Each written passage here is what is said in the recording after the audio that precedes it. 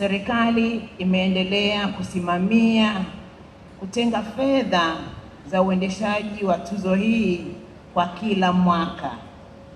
Hakika tunamshukuru sana Mheshimiwa Dr. Samia Suluhu Hassan, Rais wa Jamhuri ya Muungano wa Tanzania, kwa kuendelea kuipatia wizara fedha kwa ajili ya uendeshaji wa tuzo hii.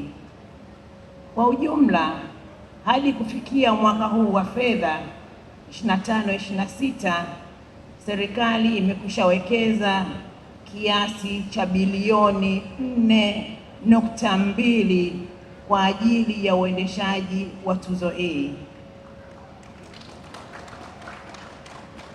na fedha hizi zimetumika katika masuala mbalimbali ikiwemo kugharamia uendeshaji wa jumla wa tuzo hii kila mwaka, kuchapisha vitabu vilivyoshinda, pamoja na kugharamia utoaji wa zawadi kwa washindi katika nyanja mbalimbali.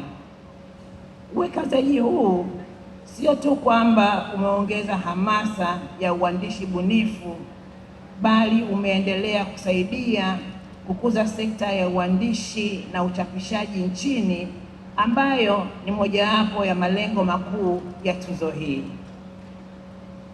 Kwa miaka ijayo, wizara itashirikiana na wadau mbalimbali pamoja na vyuo vikuu kupitia idara zake za fasihi kuendesha warsha za mafunzo kwa waandishi bunifu chipukizi, pamoja na kuwa na kongamano la uandishi bunifu kwa lengo la kujenga uwezo na kuhamasisha uandishi bunifu nchini.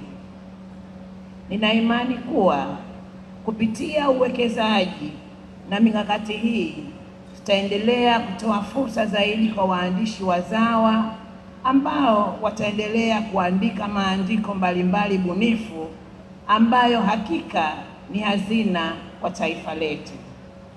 Basi kwa nafasi hii ninawaomba niwahamasishe Watanzania wote kuendelea kujenga utamaduni wa kuandika na kusoma ili kuunga mkono juhudi hizi za serikali yetu.